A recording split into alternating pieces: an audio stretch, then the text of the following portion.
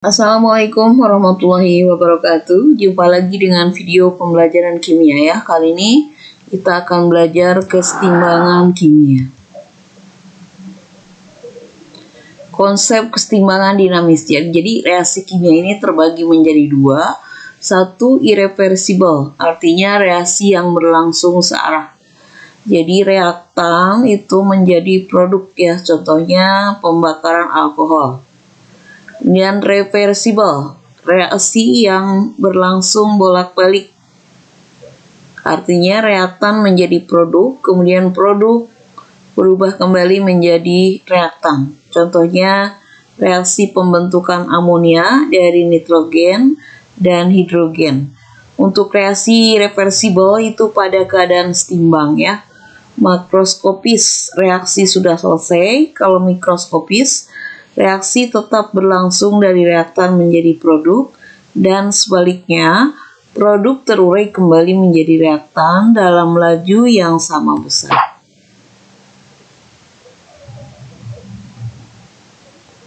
Kemudian kita lanjutkan dengan jenis-jenis reaksi kesetimbangan kimia. Ini ada yang dimaksud dengan homogen, artinya ketika wujud dari zat-zat yang terlibat reaksi sama. Kita ambil contoh ya. Gas hidrogen ditambah iodin menjadi asam iodida, ini semuanya wujudnya gas. Kemudian yang heterogen ya, ketika wujud dari zat yang terlibat reaksi berbeda, contohnya kalsium karbonat yang wujudnya padat menjadi kalsium oksida yang wujudnya padat ditambah CO2 yang wujudnya gas. Jadi di sini wujudnya ada dua ya, yang padat dengan yang gas. Kalau yang di atas kan gas semuanya. Ciri-ciri keadaan suatu reaksi bolak-balik sudah mencapai kesetimbangan sebagai berikut. Terjadi dalam wadah tertutup pada suhu dan tekanan tetap. Reaksinya berlangsung terus-menerus atau dinamis dalam dua arah yang berlawanan. Laju reaksi ke reaktan itu sama dengan laju reaksi ke produk. Kemudian konsentrasi produk dan reaktan tetap. Terjadi secara mikroskopis pada tingkat partikel zat.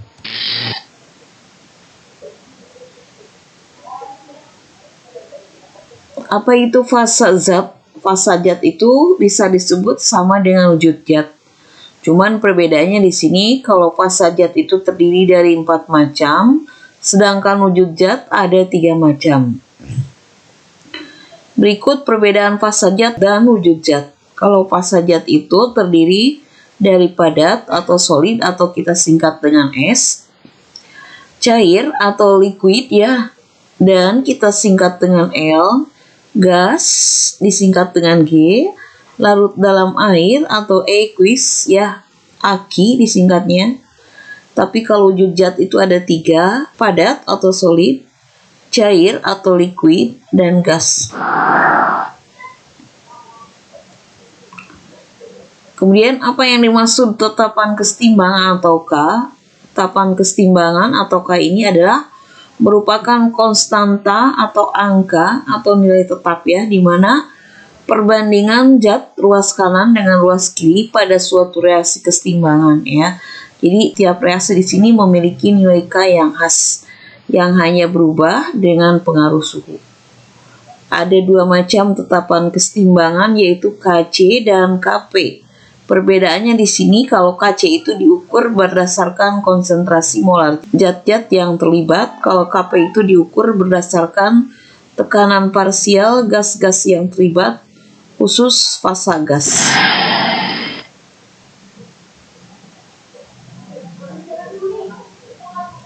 Nah ini ya untuk rumus tetapan kesetimbangan atau KC.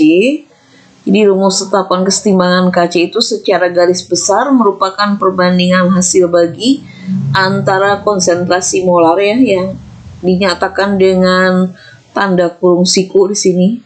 Ini zat-zat ruas kanan dengan konsentrasi molar, zat ruas kiri yang dipangkatkan dengan koefisiennya. Karena fasa padat atau S dan cair atau L tidak memiliki konsentrasi, maka kedua fasa ini tidak dilibatkan dalam rumus tetapan kesetimbangan KC. Diberi nilai 1 ya. Jadi perlu diingat di sini tanda kurung siku ya, merupakan simbol untuk konsentrasi molar zat. Jadi harga Kc di sini adalah konsentrasi zat ruas kanan dipangkatkan koefisiennya dibagi dengan konsentrasi zat ruas kiri juga dipangkatkan koefisiennya. Kita ambil contoh soal dulu ya. Kita ambil contoh soalnya seperti ini ya. Diketahui persamaan reaksi kesetimbangan sebagai berikut. CaCO3 ya, ini wujudnya padat, ditambah 2H2O liquid menjadi CaOH 2 kali, EQ larut, dan H2CO3 juga larut ya. Tentukan rumus kesetimbangan. Kalian tahu ya bahwa di sini yang perlu kalian lihat dulu adalah koefisien reaksinya. Ini kan 1, ini 2, 1, 1. Jadi perbandingan koefisiennya adalah 1 berbanding 2 berbanding 1 berbanding 1 ya. Jadi kalau ingin menentukan berapakah harga Kc, di Kc di sini adalah konsentrasi CaOH 2 kali dipangkatkan 1 ya, kali konsentrasi H2CO3 juga dipangkatkan 1, pangkat koefisien per konsentrasi CaCO3, nah pangkat 1 juga ya, dikalikan konsentrasi H2O pangkat 2 ya. Nah di sini cuman yang jadi catatan di sini adalah CaCO3 dan H2 itu tidak disertakan di sini ya. Jadi karena wujudnya itu adalah padat, kemudian di sini liquid ya. Jadi kita langsung saja menulis angka 1. CaOH 2 kali pangkat 1 kali konsentrasi H2CO3 pangkat 1 per 1 dikali 1 ya. Nah ini jadi dihilangkan saja, tidak terbawa di dalam reaksi. Jadi reaksi akhir adalah Kc sama dengan konsentrasi CaOH 2 kali konsentrasi H2CO3. Jadi yang ini kita anggap 1, ini juga kita anggap 1 ya. Ini pangkat 1, nggak usah ditulis ya 1. Jadi langsung saja Kc sama dengan konsentrasi CaOH 2 kali konsentrasi H2CO3.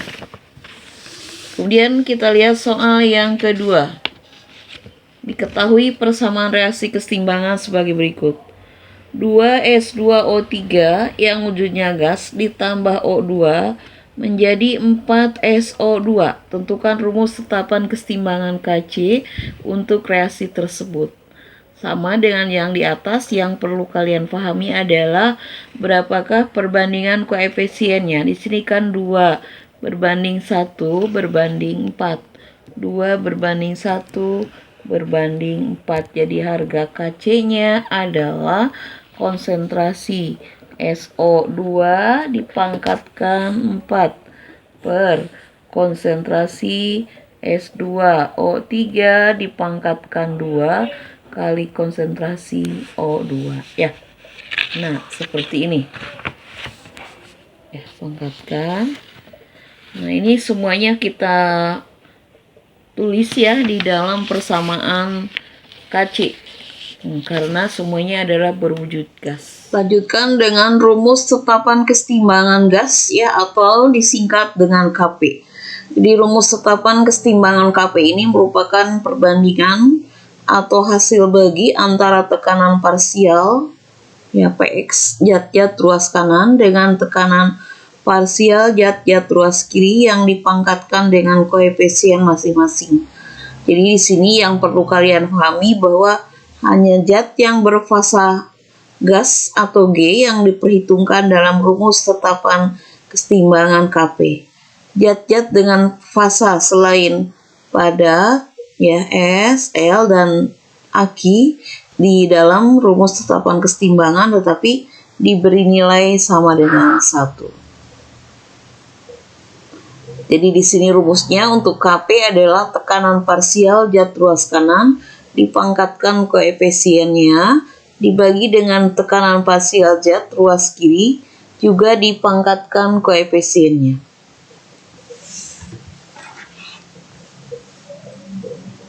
Contoh soal ya, cara menentukan harga Kp.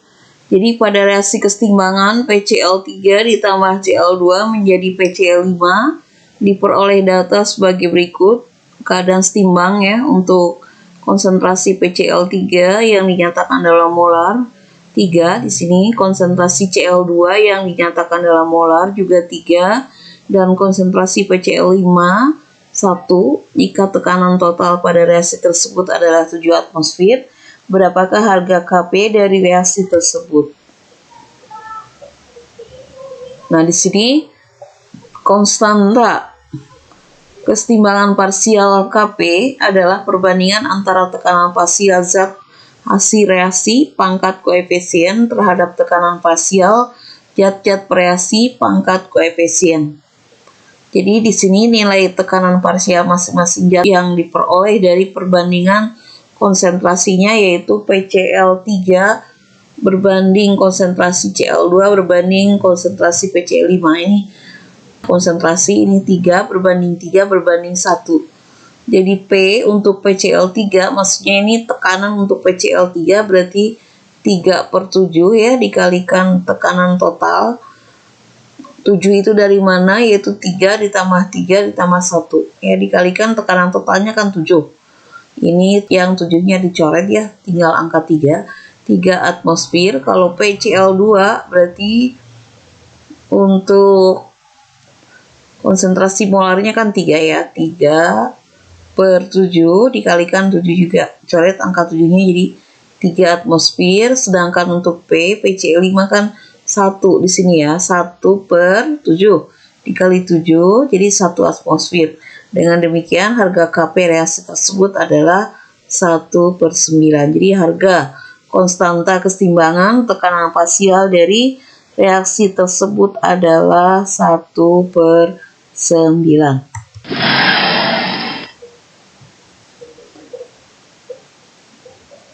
Kemudian kita lihat bagaimana cara menghitung rumus Kp ya. Diketahui persamaan reaksi kesetimbangan sebagai berikut. CO2 ya yang wujudnya Aki itu menjadi CO2 yang wujudnya G. Tentukan rumus tetapan kesetimbangan Kp untuk reaksi tersebut. Kita lihat ya, ini perbandingan koefisiennya. Ini 1, ini 1. Sedangkan yang terlibat di dalam menentukan rumus Kp di sini hanya yang berwujud gas saja, sedangkan yang lainnya tidak. Sedangkan di sini koefisiennya 1, di sini 1 ya. Jadi harga Kp langsung saja Kp sama dengan P CO2 ya. Ini pangkat 1. Pangkat 1 dari mana? Dari sini. Ya. Di Kp sama dengan langsung P CO2. Catatan di sini rumus Kp hanya berlaku untuk zat yang berfasa gas, sehingga CO2 pada ruas kiri tidak dilibatkan, hanya diberi nilai 1. Kemudian yang kedua ya, Anda perhatikan persamaan reaksinya 2S2O3 wujudnya gas ditambah O2 menjadi 4SO2, semuanya ini wujudnya gas. Tentukan rumus tetapan kesetimbangan Kp untuk reaksi tersebut. Ini perbandingan koefisiennya ya, 2, 1, 4. Jadi untuk Kp berarti PSO2 pangkat 4 per PS2O3 pangkat 2 dikalikan dengan PO2 ya. Ini kan pangkat 1 nggak usah ditulis. Lanjutkan. Contoh menghitung Kp dari Kc. Diketahui reaksi kesetimbangan N2O4 gas menjadi 2NO2 gas pada suhu 300 Kelvin. Reaksi di atas memiliki Kc 0,3 mol per liter jika R sama dengan 0,082 liter atmosfer per mol Kelvin. Maka harga Kp pada suhu 300 Kelvin itu untuk reaksi di atas adalah, dikerjakannya seperti ini ya. Jadi harga konversi Kc sama dengan Kp di sini hanya dapat dilakukan untuk zat berfasa gas ya, yang diketahui kan T sama dengan 300 Kelvin, R itu 0,082 L atmosfer per mol Kelvin, Kc itu 0,3 mol per liter. Kemudian yang di sebelah kanan ya, di sini N sebelah kanan itu 2, kemudian N di sebelah kiri ada 1. N itu adalah jumlah mol ya. Yang ditanyakan adalah Kp, di mana delta N itu adalah N di sebelah kanan dikurangi N sebelah kiri. 2 dikurangi 1 sama dengan 1 ya. Sedangkan harga Kp di sini adalah harga Kc dikali R kali T pangkat delta N ya. Langsung aja masukkan rumusnya ya. Kc kan 0,3, R-nya 0,082, T-nya 300. Dipangkatkan 1 ya di sini. Kalikan semua ya, hasilnya 7,38 atmosfer. Untuk memahami konsep yang telah kita pelajari, langsung saja kalian kerjakan soalnya di buku latihan ya.